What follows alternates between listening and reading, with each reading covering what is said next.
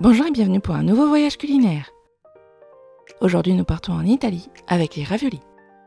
Pour ce plat vous aurez besoin de 2 fettuc, une fourchette, une planche, un couteau, une poêle, une spatule, un rouleau à pâtisserie, un pinceau, une casserole et une écumoire.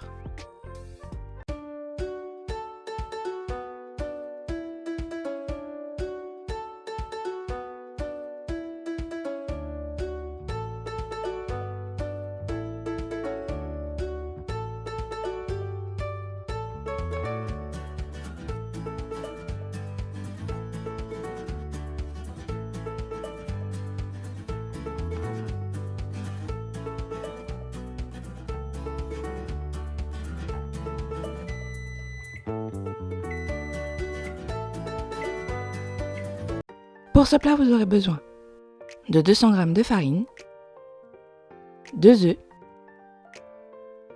3 cuillères à soupe d'huile, 100 g de viande hachée, 100 g de parmesan, 100 g de lardon, un œuf, 500 g de sauce tomate, une gousse d'ail et du basilic. On va commencer par préparer la pâte et ici je vais commencer par battre mes œufs. Ce n'est pas obligatoire, c'est tout simplement pour faciliter le mélange avec la farine par la suite. Si vous le désirez, vous pouvez les intégrer directement non battus. Je fais donc ensuite un petit puits dans ma farine et je vais y intégrer mes œufs. Donc encore une fois, vous pouvez les intégrer non battus. Ça va de toute façon se mélanger assez facilement avec la farine.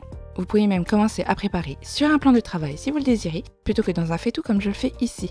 Que les œufs soient battus ou non, vous faites simplement un puits, la farine va protéger les œufs et les empêcher de s'échapper, et vous mélangez comme on le fait ici. Et je commence à mélanger avec la fourchette, mais vous pouvez y aller directement avec les doigts si vous le désirez. On va ensuite incorporer l'huile, et à partir de là, il va falloir mélanger assez longuement.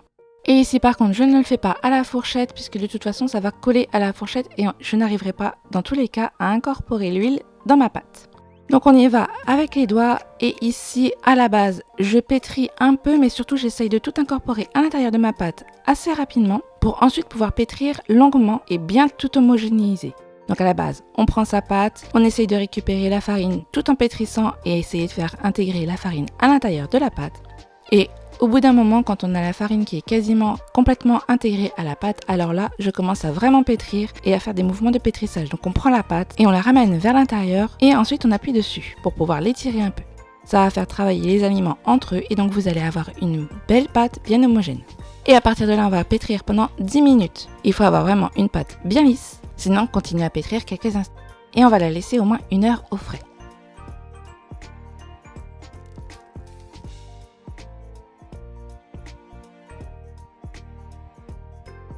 Après ça, on va pouvoir préparer la farce et donc je vais commencer par découper mes lardons. Ce n'est pas obligatoire, vous pouvez les découper après cuisson si vous le désirez. Je trouve ça tout simplement plus simple de pouvoir les découper avant plutôt qu'après où de toute façon j'aurai tout mélangé avec mes aliments et surtout avec le parmesan qui va faire une pâte assez épaisse.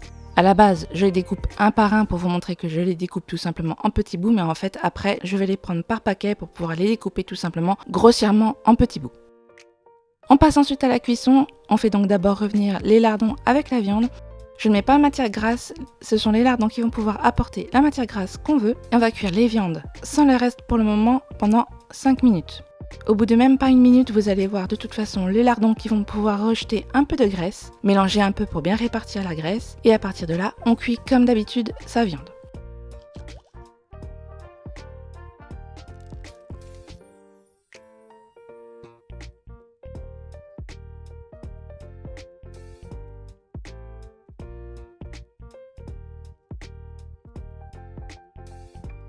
Au bout de 5 minutes, j'ai donc une viande qui a rejeté pas mal de graisse et surtout elle est bien cuite. Donc je vais pouvoir y incorporer mon parmesan.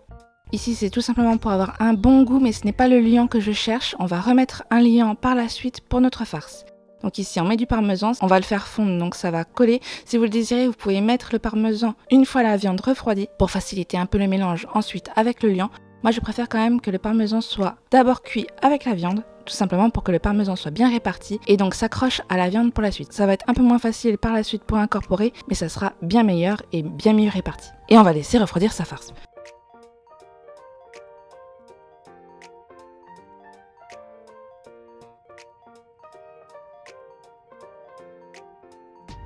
Donc au bout d'un moment, on a une farce qui est refroidie et vous voyez qu'avec le parmesan, bien entendu, ça va faire un bloc puisque le fromage a repris sa forme solide. Donc si vous faites comme moi, il va falloir d'abord défaire le parmesan. C'est pas si compliqué que ça ici, c'est parce que j'ai présenté comme d'habitude dans un plat assez petit. Si vous prenez un plat plus grand, il vous suffit tout simplement d'écraser un peu la farce déjà prête et ensuite de mettre l'œuf et ça va se mélanger très facilement. Ici, puisque mon plat était trop petit, je me suis aidée de l'humidité de l'œuf pour pouvoir défaire mon parmesan. Et si vous mettez le parmesan une fois la viande refroidie, vous n'aurez bien évidemment pas le problème. Et au bout d'un moment, on voit que mon mélange est bien homogénéisé, le liant, ça vient de liant, et mon parmesan n'est plus un bloc complet. Si c'était un bloc, malheureusement, on aurait eu du mal à pouvoir le répartir dans nos ravioles. Vous devez obtenir une pâte facile à travailler comme ça, mais qui se tient tout de même un peu toute seule. Au bout d'une heure, on a donc une pâte qui a bien reposé. Ici, je l'ai d'abord découpée en deux. Alors si vous le désirez, vous pouvez bien sûr utiliser une machine à pâte pour pouvoir étaler votre pâte. Ici, j'ai tout fait à la main. On prend tout simplement sa patience et on étale assez finement la pâte. On prend son temps, on étale bien, on met bien de la farine, ça va faciliter l'étalage de la pâte. Et au bout d'un moment, on voit que c'est très fin et on voit mes doigts à travers la pâte. Il faut que la pâte soit absolument fine. Vous n'êtes pas obligé de la faire aussi fine qu'une machine puisque c'est quand même assez compliqué, mais il faut qu'elle soit plutôt fine. On va donc ensuite farcir notre pâte. Ici, je fais une bande de pâte et je dispose tout simplement une cuillère à café de farce avec un bon centimètre de séparation entre chaque boule. Et on n'oublie pas de mettre de l'eau un peu partout sur la pâte pour pouvoir bien la refermer. Donc ensuite, on va refermer sa pâte. On n'oublie pas d'appuyer un peu pour pouvoir souder la pâte sur les bords, sinon vous allez avoir une raviole qui s'ouvre. Et je ne vais pas hésiter à appuyer sur les bords des boules déjà pour pouvoir les définir, mais surtout pour pouvoir, encore une fois, souder la pâte bien partout. Parce qu'au moment de la découpe, si on n'a pas cédé, encore une fois, ça va s'ouvrir et donc du coup, à la cuisson, la viande risque de s'échapper ou les ravioles vont être remplies d'eau. Et donc quand on a bien tout soudé, on va pouvoir découper. Ici j'utilise une roulette à motif, mais vous n'êtes absolument pas obligé, vous pouvez tout simplement prendre un couteau, vous découpez tout autour et vous pouvez même les laisser comme ça. Si vous voulez quand même une jolie décoration, vous pouvez utiliser une fourchette, appuyer un peu partout sur les bords de votre raviole et ça fera un aussi joli motif que si vous aviez une roulette. À la découpe, on appuie un peu pour être sûr que tout est bien découpé et encore une fois pour éviter d'arracher la pâte et donc qu'elle ne s'ouvre, ce qui serait dérangeant à la cuisson.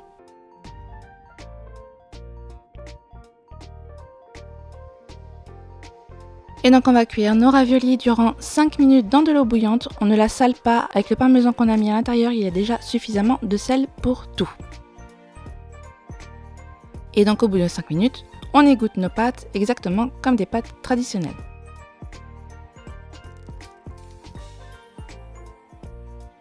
On va ensuite préparer la petite sauce qui va avec, donc je commence par la découpe de l'ail, je le coupe assez finement puisque je ne vais pas trop faire revenir ma sauce. Je le coupe dans la longueur puis dans la largeur pour avoir des petits bouts.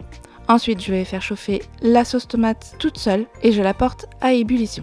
Lorsqu'elle est à ébullition, je vais pouvoir intégrer le restant de mes aliments. Donc je commence par l'ail et tout de suite je parfume avec le basilic. Et on mélange et ensuite vous avez le choix, vous pouvez ne pas parfumer du tout et dans ce cas-là, votre sauce est déjà prête ou vous pouvez patienter et laisser chauffer votre sauce durant au moins 20 minutes. Ici, moi, je l'ai fait réduire pendant 20 minutes et si vous le désirez, vous pouvez prendre également 1 heure de cuisson. Dans ce cas-là, remettez un petit bouillon avec, mais attention, ça va fort ressaler. Donc si vous mettez un bouillon, il faudra attendre 1 heure pour la cuisson pour que ça réduise et que la sauce ne soit pas trop liquide. Au bout d'1 heure, de 20 minutes ou même tout de suite, votre sauce est prête. On peut donc y incorporer les raviolis. On les incorpore seulement, la sauce est déjà chaude. Ça va donc détacher vos raviolis. On voit que mes raviolis tombent d'un bloc, c'est normal. Entre temps, elles ont refroidi et donc ont tendance à coller comme des pâtes non beurrées. On veille à ne pas trop détruire ces raviolis en mélangeant doucement. Ici, on voit que j'en ai une qui s'est un peu ouverte, c'est pas très grave.